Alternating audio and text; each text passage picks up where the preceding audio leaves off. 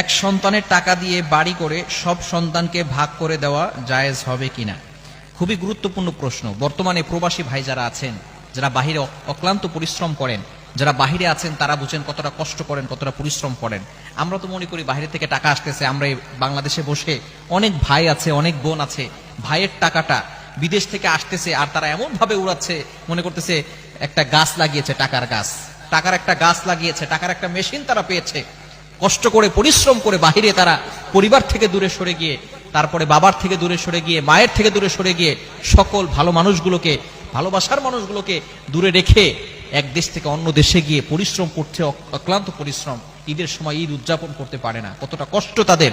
এই প্রবাসী ভাইয়েরা টাকা দেয়, এই টাকা পয়সা দিয়ে বাবা সম্পত্তি করে এরপরে যদি তার সন্তানকে, সকল সন্তানকে সব ভাগ করে দেয়, এটা কিন্তু ইসলাম সাপোর্ট করবে না। ইসলাম এটাকে জায়েজ করে না। একজনের টাকা দিয়ে, হ্যাঁ বাবা মাকে সে দিবে ঠিক আছে, কিন্তু তার টাকা দিয়ে সবাইকে ভাগ করে দেওয়া, এটা ইসলাম সাপোর্ট করে না।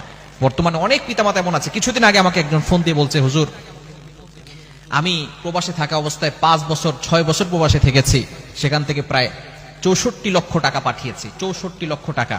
মায়ের যে সময় যেটা লেগেছে সেই সময় সেটা দিয়েছি, বাবার যে সময় যেটা লেগেছে সেই সময় সেটা দিয়েছি, ভাইকে দিয়েছি, বোনকে দিয়েছি, সবাইকে দিয়েছি। আমার টাকা দিয়ে বাড়ি করা হয়েছে, সবকিছু ঠিকঠাক মতো হয়েছে।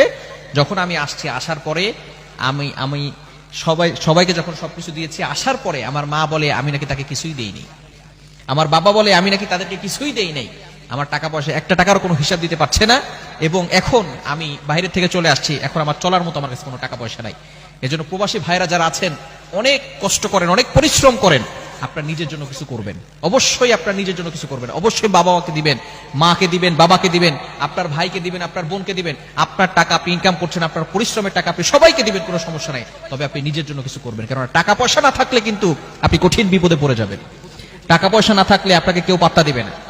বর্তমানে একটা কথা আছে, টাকা পয়সা না থাকলে ছেলেমেয়েরাও আব্বা বলে ডাকে না। হ্যাঁ, আমাদের আশেপাশে কিছু বাচ্চারা বলে আর কি, যে টাকা পয়সা না থাকলে কি করে না, ছেলেমেয়েরাও বাবা বলে ডাকে না। তো টাকা পয়সার দরকার আছে। আপনি অসুস্থ হয়ে পড়বেন, লক্ষ টাকার দরকার, 1 লক্ষ 2 লক্ষ টাকা লাগবে আপনার চিকিৎসার জন্য, তখন আপনার কাছে কেউ আসবে না টাকা দিতে। এজন্য আপনার নিজেরও কিছু দরকার আছে, নিজের কিছু প্রয়োজন আছে। আপনি আপনার বউকেও বিশ্বাস করবেন না, আপনার বাবা মাকেও সম্পূর্ণ টাকা দিয়ে দিবেন না। হ্যাঁ, বাবা মাকে দিবেন, তবে সম্পূর্ণ টাকা নয়। অনেক প্রবাসী ভাইরা আছেন, বউকে সব টাকা দিয়ে দিছে, সব টাকা বউর অ্যাকাউন্টে পাঠাইছে, বউ আরেকজনকে নিয়ে ভাগালপুর। আছে না নাই? খবরদার, এরকম করবেন না। আপনি নিজের জন্য করবেন। আপনি পরিশ্রম করছেন, সবাইকে দিবেন ঠিক আছে, বাবা মাকে দিবেন, যথেষ্ট পরিমাণ দিবেন, যা লাগবে তাই দিবেন, কিন্তু আপনার নিজের জন্য কিছু করে রাখবেন, যাতে করে আপনি বিপদে পড়লে আপনি আপনার টাকা দিয়ে বিপদ থেকে